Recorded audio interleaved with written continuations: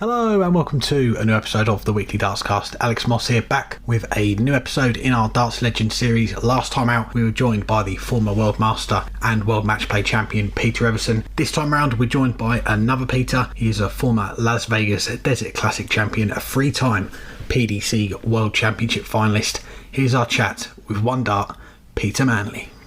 I'm delighted to say I'm joined by the former major champion Peter Manley. Thanks for the time, Peter. How are you doing? Yeah, I'm fine, Alex. Looking forward to it. Thanks for the time. Well, let's go back to the start for you in darts, growing up in the 60s and the 70s. When did darts first come into your life? It probably wasn't at least the 80s, 90s, really. I was a newsagent, worked 80 hours a week, enjoyed playing darts. Was actually in a County B side in Surrey when I sort of started playing well, got myself qualified into a European Masters that was played at Lakeside, and reached the final where I lost to Mike Gregory 6-5 in 1995. So that was the start of it. That showed me that rather than just sitting back and watching it on TV, you're able to produce the goods. So, and it was a few years later when I actually got thrown out of the BDO for playing in a PDC tournament, and never looked back. You mentioned you watched darts. Were you an avid watcher at the time, watching the likes of Eric Bristow, Jockey Wilson? Well, yeah, if you love darts, you're going to watch darts, and I was one that sat there wanting to be where they are. I didn't sit there to watch any particular player or was a fan of anyone, just something that tickled me a little bit to actually try and do. And you touched on that European Masters at the time you were a newsagent. How did you get in the field? Was it a qualifier that you won through to get in? Yeah, it was. There was qualifier after qualifier. I think you played you played at a Super League level, and then you went through your county, and then you went through all the counties. So there were 64 counties, and I won through one of them, and I think John Walton won the other one. So that's the level of play that was involved. But just to give you some example of the prize money, I was guaranteed £250. I guess really your story is similar to how Rob Cross broke through when he got through to the UK Open and then made a name for himself. That run that you had to the final of the European Masters, I was looking, you were 100-1 before the start of the tournament. You lost out in that last set to Mike Gregory. What do you remember about that week? It was quite. I was working every day. I was doing the newspapers before I left, and it's amazing what you actually go through to do things and how your mindset must have to be. I would drive. I drove there. I drove to Lakeside every night. I wore the same shirt. My wife then at the time had to wash it every time I came back and get it ready for the next day if I was due back. But I mean, I had some great players. I'd beaten Andy Fordham, who was the world number one. I'd beaten Raymond van Barneveld in the semi-final. You know, I had some great results. And of course, Tony Green in the game against Colin Monk, where he gave me my nickname, One Dart. Happy days. And I don't know if you know that the finals on YouTube, you can go and watch it, and Martin Fitzmaurice, the MC, says after that you were unknown to the televised darts and you took our game by storm. Did you feel like then that this was the start of something, a possible career in the big time? Well, I mean, it was. It's not life changing money like it is now. I got a cheque for £6,000. The winner was £15,000. You know, it was a big difference. It changed my life to a certain extent, to the fact that I could play on the big stage, which, as I said before, it's just sitting there watching it thinking, can I do that? I mean, there's so many great players out there that play on the county stage but can't do it anywhere else. Around this time, the split was in its first few years, the WDC forming and splitting from the BDO. You touched on there a few years later, you were banned from the BDO. What do you recall about that time as you're starting to progress in the game and seeing that going on in the background? Well, as I say, I'm a news agent. I work 80 hours a week, so my life was evolved around my shop, and my business came first every time. I qualified for a Yorkshire Bitter tournament that they ran for the amateurs, and the top you've actually got through to play in the World Match Play preliminaries. Obviously, being the winner, I got the better draw, if you know what I mean. I beat Phil Gilman in the final, and I think that was 1,000, 2,000 for winning that. And then, obviously, when I played, I was threatened by the BDO that if I played in this tournament, that I would get banned. And it was Vic Sexton that wrote to us and banned me. And as I say, it was if I was going to carry on playing darts, I had no alternative other than to go the PDC route. But no one knows how hard it was in them days with sort of like majority of the tournaments in North America. Definitely, yeah. And the next few years, you mentioned you played the World Match Play a couple of times, and heading into 1998, you're making your World Championship debut at the Circus Tavern. What was that like, playing in a World Championship for the first time? Yeah, it was round robin. There was three of us in the group. There was Gary Mawson, John Lowe, and myself. And obviously, looking at it, you obviously picked John Lowe, but it was. I got through that group fairly easily and straightforward, and thoroughly enjoyed it. And then, because obviously it was the following year that I'd reached my first final. Yeah, that's right. And quarterfinals on your debut that year. You also make the quarterfinals of the World Match Play, semi-finals of the World Grand Prix. Am I right in saying it was around this time you decided to go professional and leave the newsagent after 20 years? No, actually, it was no different to anyone else. It was my marital status. I'd got divorced. I'd met. I lived in Surrey, and I met a Cumbrian woman that played darts, understood darts a little bit more, and I moved up to Cumbria. So the shop had to go. Obviously, with myself, sort of like going that way to being a professional. But as I say, the money wasn't there. You couldn't sort of guarantee that you was going to actually survive. And the first year, went from moving up to Cumbria with my future wife now, Chrissy Manley. She gave up work as well, and we said we'd just go around the world and do something we love for a couple of years, be together, and as I say, we both love darts. And I took her to Saskatoon in Canada, and she won one of the richest prizes in women's darts, $25,000. So that helped us through some tough times. There was points where I felt I was going to have to go back to work because, as I say, it wasn't there to be earned. And only one player is ever going to take the big prize. And because you've got the likes of Phil Taylor there, it's going to be tough. So, we got through. I got myself a sponsor in Dave Marcroft and Dave... I forget his last name now, his mate, and they looked after us and sponsored us for quite a number of years. We never had any fallouts or whatever. They paid for me financially because at the time it was struggling. As I say, 7 or 8 of the tournaments were in North America, so you had to find some money to be able to play the game. And with their help and them having behind us, just gave us that little urge to do better. And I did. I succeeded.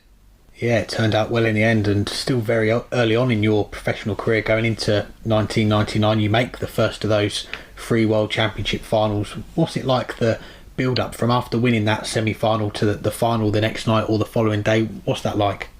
Well, yeah, that's where the inexperience came in. Phil Taylor would probably have been tucked up in bed and not even thinking about it. I couldn't sleep due to the fact that I was in the final. But I can always remember being 2-0 up in the first 2 sets and losing both those sets 3-2. And at the end of the game, sitting there talking with Eric Bristow, and Eric said to me, he said, if I said to you, I'll give you a 2-0 start in the first 2 sets, you'd have bit my hand off. And I said, well, yeah, you're right. He said, well, you threw it away. And you don't realise, you listen to someone with that experience that's been in them finals, and then you suddenly learn.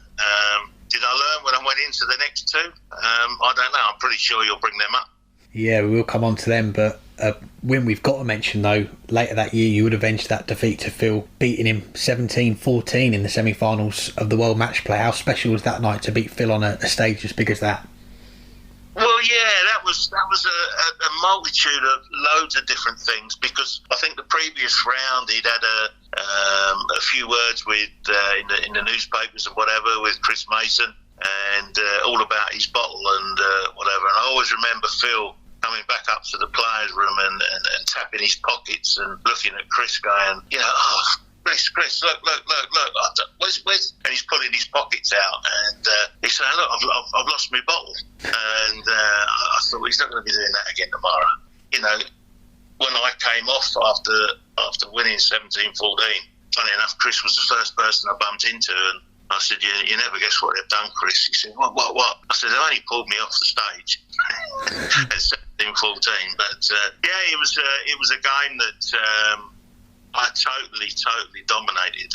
And like typical of the man, he came back to 14-0. I always remember it, because I won the next leg, and I turned around to shake his hand thinking I'd won. And suddenly realised it was too clear and whatever. And I sort of turned around to shake his hand, and then made out I put my hand through my hair and just brushing my hair. But I remember one break going out into the back, and Phil Taylor's guys, the top unicorn boys were all there, and I was just sitting on the sofa of the Chesterfield and saying to them, your lad's not bad at it. He's giving me a bit of a game tonight.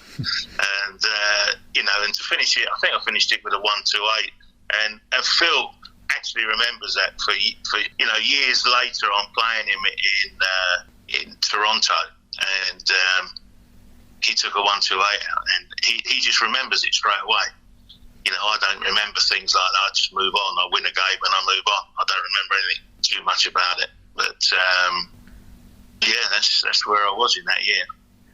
And the next night you lose out in an epic final to Rod Harrington, 1917. I've got to bring up the 9-darter attempt. At the time there'd never been one on live TV. He left 144 after 6 darts, treble 18 tops, and he just hit the 25 going for the ball.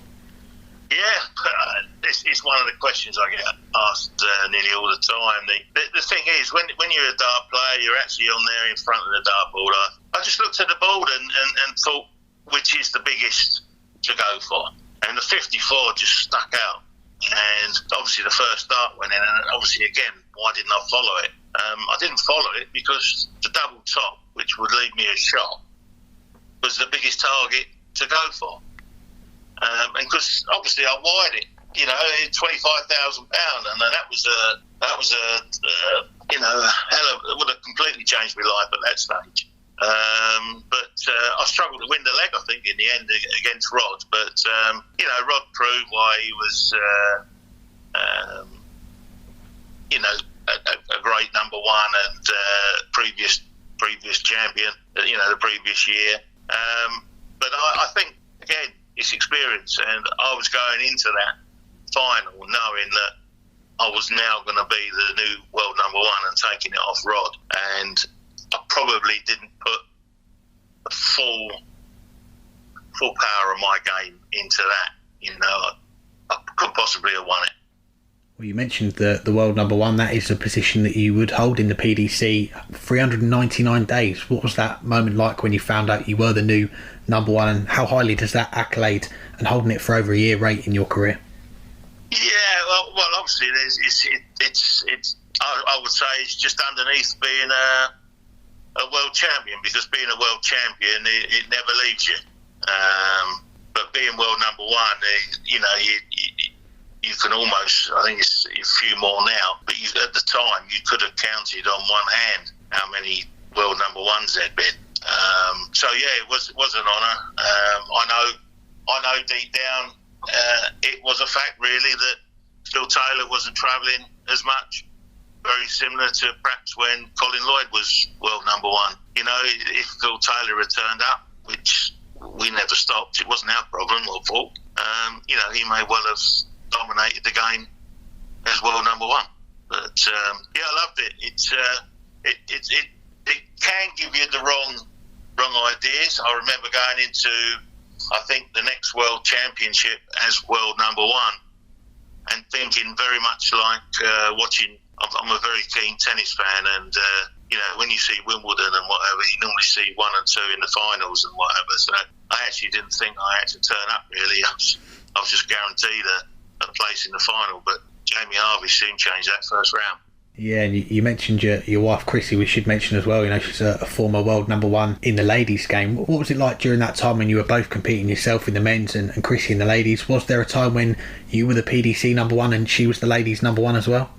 Well, yes, the PDC did have a few women's tournaments, and Chrissy was the PDC World number one lady at the same time, because she was one of the first ladies, along with Dita, to qualify for the UK Opens. So yeah, she's had a great career. She sort of, as mine got more successful, and the women's game in the BDO, it just wasn't, she could earn more money selling my merchandise at one of my exhibitions than what she could travelling to Sweden, Switzerland, Germany. So it sort of, she sort of gave that up to for us to be together, really, and travel the world. And we did travel the world. I want to move on to your second World Final, 2002, and I was looking back that year, the format went up, I think only for that year. The last 16 was first to 6 sets, the quarterfinals and the semi-finals as well. You beat John Lowe 6-5 in the early rounds. Given the format, was that the hardest you've worked to get to a World Final?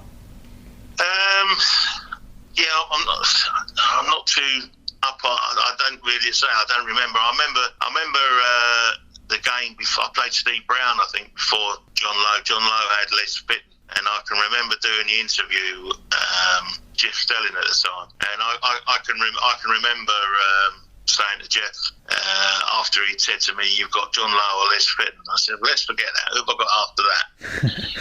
And when he interviewed John Lowe turned around to Jeff and said, "I've never rated him, and he's a false number one." So it brought on for a really, really great game. But John done what I actually expected him to do, and he unfortunately for John, he made mistakes. He went for the wrong shot on 2 or 3 occasions, and each of those times I killed the leg off or the set. So that's why it was so tight. It was a closely fought game, but we're good friends off the hockey. So it was just purely on the hockey and that moment in time.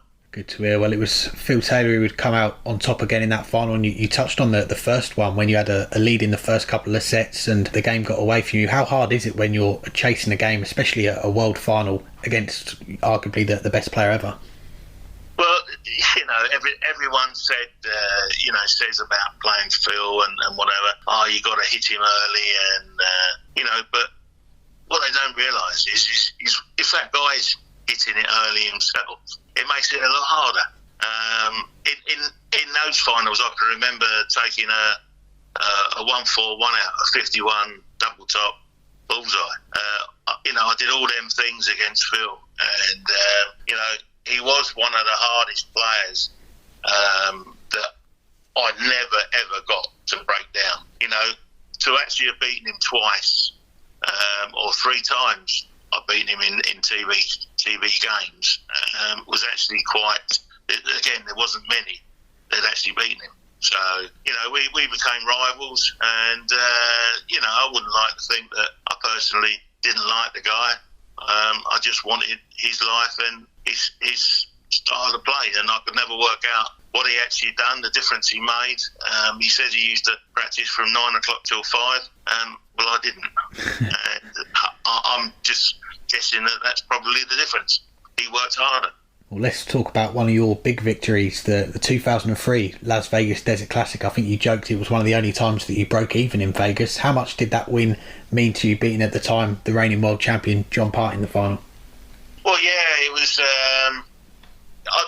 I just loved being out. I mean, we hadn't got married yet, but we got married in Vegas a year later.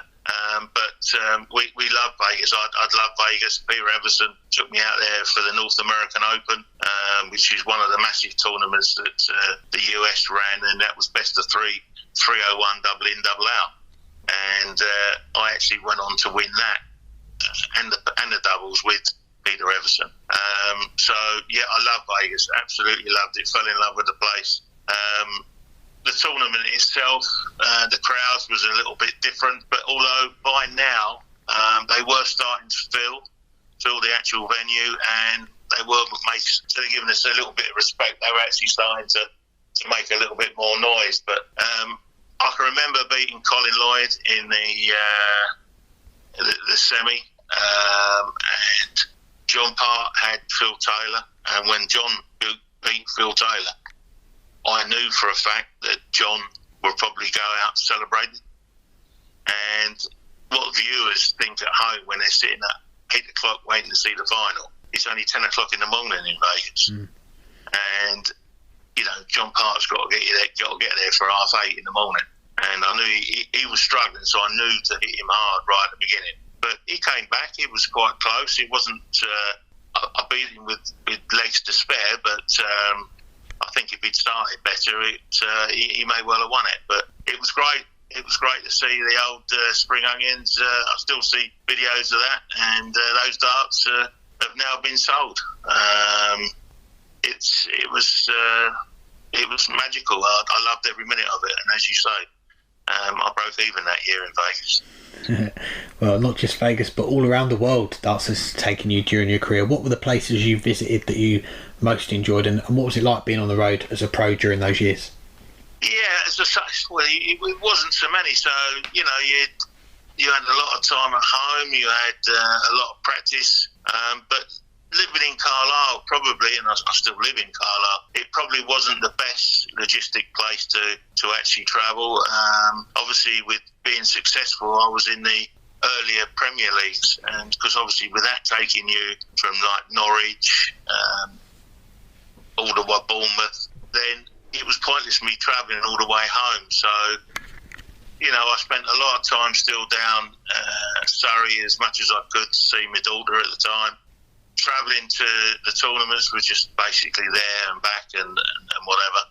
But the best places in the world, obviously, a lot of them would have been all around America. Only just recently, before the pandemic, did I travel to Australia. And a good friend out there, Ian Dargan, looked after us and set us up with about 6 or 8 exhibitions. And I had a great time with the Aussies. Excellent. Well, you were part of history in 2005. You mentioned the Premier League. You were part of that 7-player lineup for the first ever one, and before the virus we had huge crowds, 10,000 plus, packing out arenas in the UK and around Europe for 16, 17 nights. But going into that first one, what was the general feeling like among the players? Yeah, it was you know, it obviously everyone's expecting the likes of Phil Taylor. The first one I reached the last 4, and I think it was either Colin Lloyd or Roland Shorten that actually I think it was one of them two that actually put bait at me in the semi. Yeah, it was cracking, and because obviously with, you know, one player having 2 games per night was tough, especially if you lost both. But I always found in the 4 years of the Premier League that I would always beat the bigger players and lose to the lesser players. It was it was tough. It was tough, but I enjoyed it. Never finished bottom. So a lot of players finished bottom on a regular basis. I wasn't one of them. Well, at the end of that year, the next World Championship's underway, and the now infamous game that people still talk about to this day, yourself and Adrian Lewis in the quarterfinals, Adrian walking off stage midway through the match. What was going through your head as you were chucking darts on the Circus Tavern stage after Adrian had left? I wasn't particularly bothered, really. I mean, I had absolutely no idea why he walked off. They say that obviously I was muttering behind him. He wasn't throwing the dart like at the time Sid Waddell had actually said and called it cheating and whatever. He was basically doing things behind me, and he denied it, and I just got on with the game. But he wouldn't leave it, and all I said to him was, you're having a laugh, which was like, get on with it, you know, just get on with it and just get on with the game. And the next thing I know, he was walking off. We both got fined. But I ended up with 50,000 in my bank, so I was all right at the time. And this was back when social media wasn't around, but it still attracted a huge response, and there was a day break for New Year's Eve between the quarterfinals and the semi-finals. So what was that period like while it was all blowing up? Yeah, it was, I was on the phone to because the thing is, Adrian he probably made the mistake, and he actually said in one of his interviews that Phil had already warned him about playing me and what to expect, and if I play up to walk off. Well, I'm happy to admit if I played up, but that wasn't playing up. That was just like get on with the game. That wasn't me playing up. He hadn't even felt any of that yet because I was playing well. I was in front. I was leading at the game at that point. There was no need for me to worry about any of my off-putting tactics or whatever I might do when I'm on that hockey at any given time. But most of the players were just fearful of that and lost to me because they were expecting something, which 90% of the time I never even done anything. And we've seen more recent times players be booed, like Paul Nicholson, Gerwyn Price. You turned the crowd on your side with the Amarillo walk-on and the pink shirts. Do you think we're always going to see that in the game, a player being booed, being a pantomime villain? I'm not saying that the players now probably want it.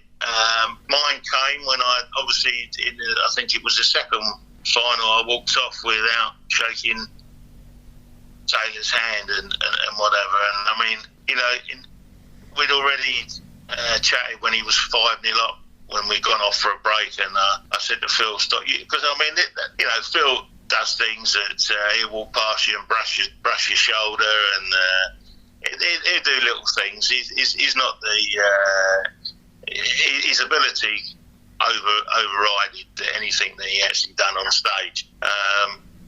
But I said, if you keep playing up, I said, I'm going to make it hard for you. And I thought, well, every time Phil ever wins anything, he runs to the left, he runs to the right, giving it large, forgets everything about the person he just played and whatever.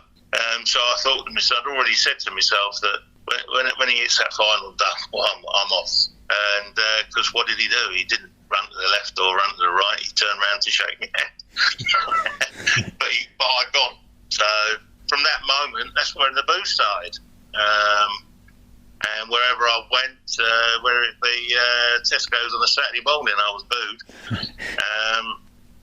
But it was great. And, the work kept coming in. I kept getting, my phone was, and emails was just inundated with requests for exhibitions and everything. So I thought, I can live with this. I've got to learn to be able to go on that stage, be booed. And it's like being married and not listening to your wife.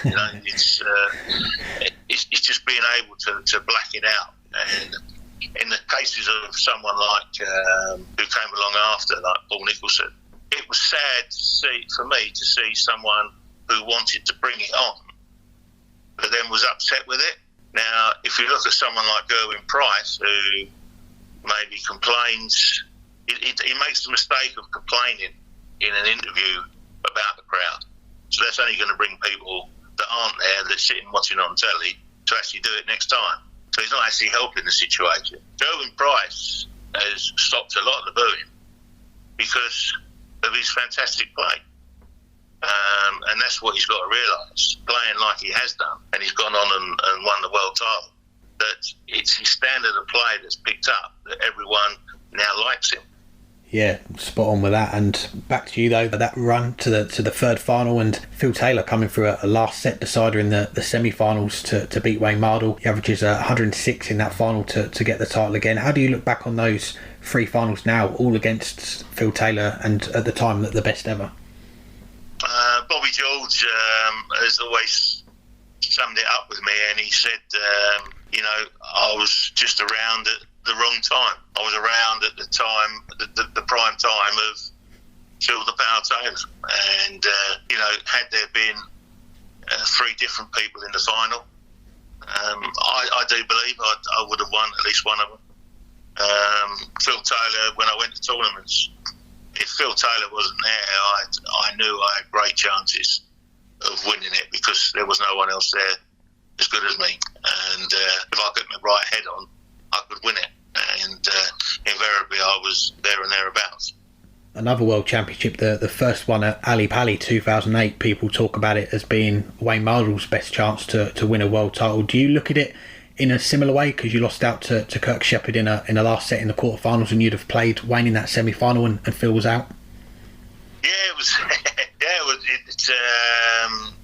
Kirk Shepherd done fantastically all week. You know, I think everyone had darts to beat him.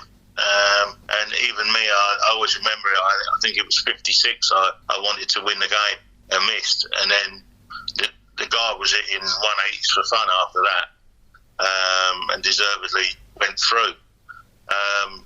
Wayne was a different matter. He was three sets to nil up, and with his experience, should not have lost in that situation. And then obviously, especially after beating Phil Taylor, I was gutted. I was gutted even more. It made it more upsetting to have lost to Kirk, knowing that Wayne had actually beaten Phil Taylor.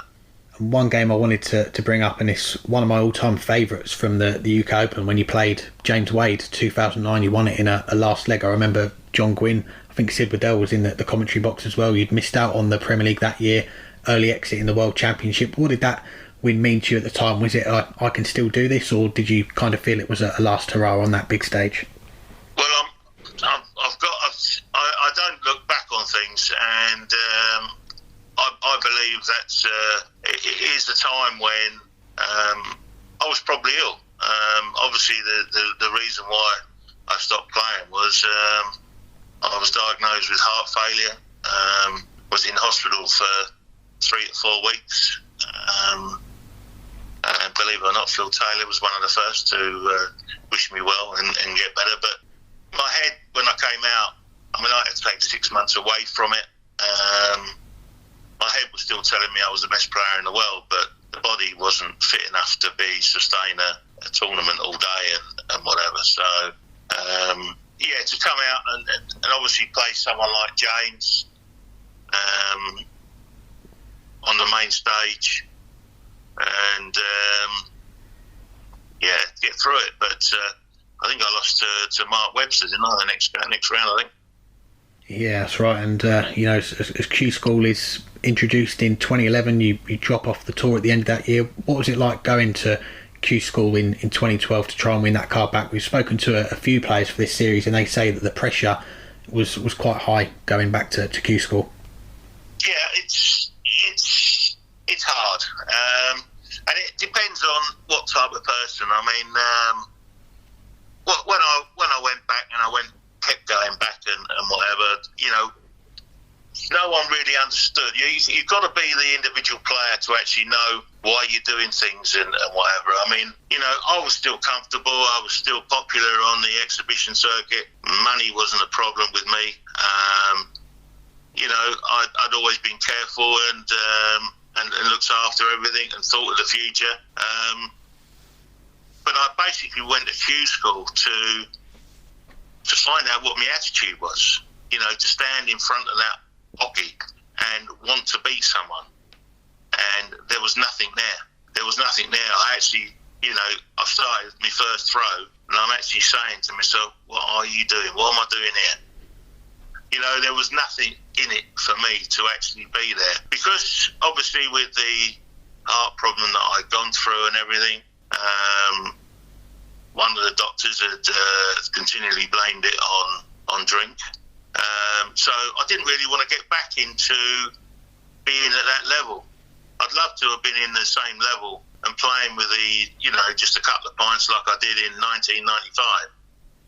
But you reach that gear and you reach the different pressures, and the whole thing around it changes. 2 years ago, I played for 1 day in the Q School, and that was just to see where I am.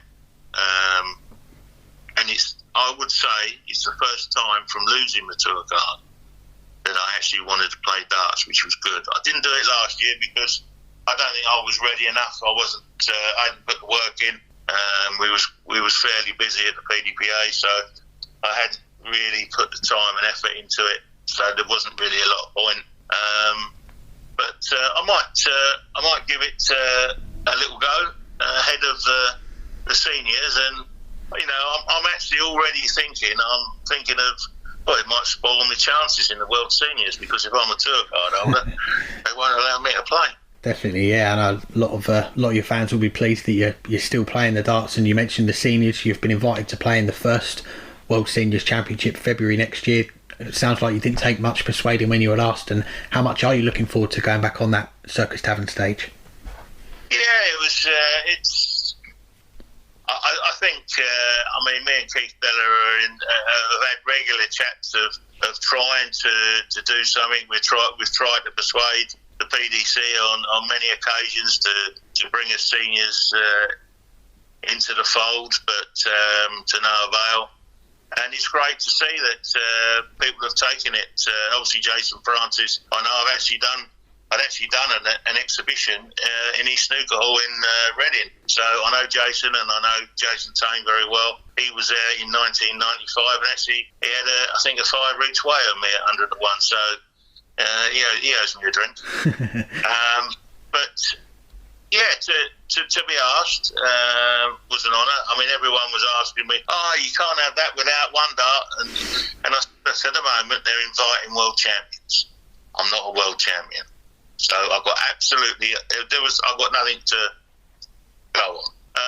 And, Jason Tame had rang us, and obviously it was just subject to obviously seeing the contracts and everything which they sent me. But yeah, I was happy to accept it. It's something, and if it gets the ball rolling, obviously it will be great. It would be great to play Phil Taylor at whatever stage, whether it be in the last 16 or because he won't be in the prelim, I wouldn't have thought.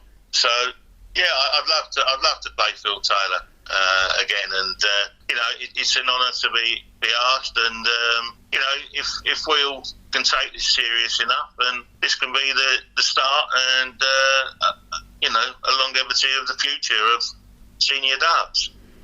Yeah, we're all hopeful for that. And you mentioned Jason Francis. He got in touch and said, can you win the whole thing, and who would you love to face? I guess apart from Phil Taylor, is there anyone else in the field that you'd like to have a go at? No, it doesn't. Nothing really. Listen, it starts. If I went on the stage worried about who I was going to play, I probably wouldn't have been so successful. I don't go on there. I go on there and worry about my own game. Well, although you're no longer on the professional tour, you're still well involved in the professional side of the sport. You're the PDPA chairman. You've been on the board since 2000, chairman since 2003. To begin with, what made you want to go on the board all those years ago? Well, it all seemed to start when I was doing well. I forget what year, it would have been late 90s. I was doing well, and I could see basically all the work was John Lowe, Keith Deller, Eric Bristow, Dennis Priestley, all the big names, and I'm thinking, they're just looking after themselves and whatever. And I got onto the board because obviously not a lot of players actually wanted to be on the board, and I was so impressed with the way Dennis Priestley had run it. It was completely honest, and it wasn't long before I actually realised that it really is down to you actually putting the work in and proving yourself. That's where the work comes from, not being given it and given a silver spoon or anything. You had to earn it, and full credit to the likes of Dennis Priestley who kept it running honestly, and hopefully I'd like to think that I took over from Dennis and have kept it much the same. A lot more involved now than what it was in them days. We used to just worry about the height of the dartboard, the length of the dartboard, and with all these mental health issues that surround us, the COVID situation, it's been tough going. Yeah, that's what I was going to ask you about. We've said on our show what the PDC have done in the last year during this pandemic to get events on, and it's been outstanding, and the PDPA's work during that time as well has been great. What would you say you're most proud of from your time so far working for the PDPA? Obviously, as I said, mental health has become an issue where I can always remember, and I'll quote him again, Eric, when you talk about mental health issues with Eric was always gave his feelings, and he didn't understand the mental health, and I don't think the older players would. The new players coming through now do understand the problems, but the problem we've got is how successful these actual guys are. And, you know, how can you tell a guy that's earning over £100,000 a year that he's doing something wrong? You know, it's very hard. It's very hard to get someone to listen. It's very hard to get someone to drum in. You know, everything that is done on that side is confidential. We do spend a lot of time talking to players individually away from tournaments, because at tournaments you can't do it at tournaments. It just ends up in an argument, and because they don't always hear the answers that they want. But yeah, I would say the dealings with mental health has been probably our latest success, and that's basically down to Sporting Chance, who work with many associations. Our joint partnership with Professional Players Federation, that we get a lot of advice and help and financial help, and obviously keeping the utmost integrity within the game, which supports the PDC to run a clean tournament and give these boys the chances to earn money-changing lives, you know. Definitely, yeah. Keep up the great work with that, and we're finishing up all our chats we do on the Darts Legend series with a look to the future, and firstly to the side below the PDC, the amateur level of the game, if you like. The BDO no longer, but we've got organisations that are looking to take over. The WDF, MAD, I don't know how much you're following that side of the game, but what do you see for the future of darts below the PDC? Yeah, honestly, I wish I had a lot more time. Obviously, through the COVID and that, the WDF, I know they've been in talks with the PDC. I haven't spoken to any of them. One of our directors is involved, Jacques Newland from Holland. So, you know, if anything was there untoward or anything was going to harm us. But I think at the end of the day, they want to work together. You've got the new county system that's going to be hopefully up and running. Is it September, I believe they start? And as for Mad Darts, I mean, Steve Brown's proven track record, obviously, with the JDC. Whether or not it's the right name for the darts, I don't know. But you know, I wish him all the success.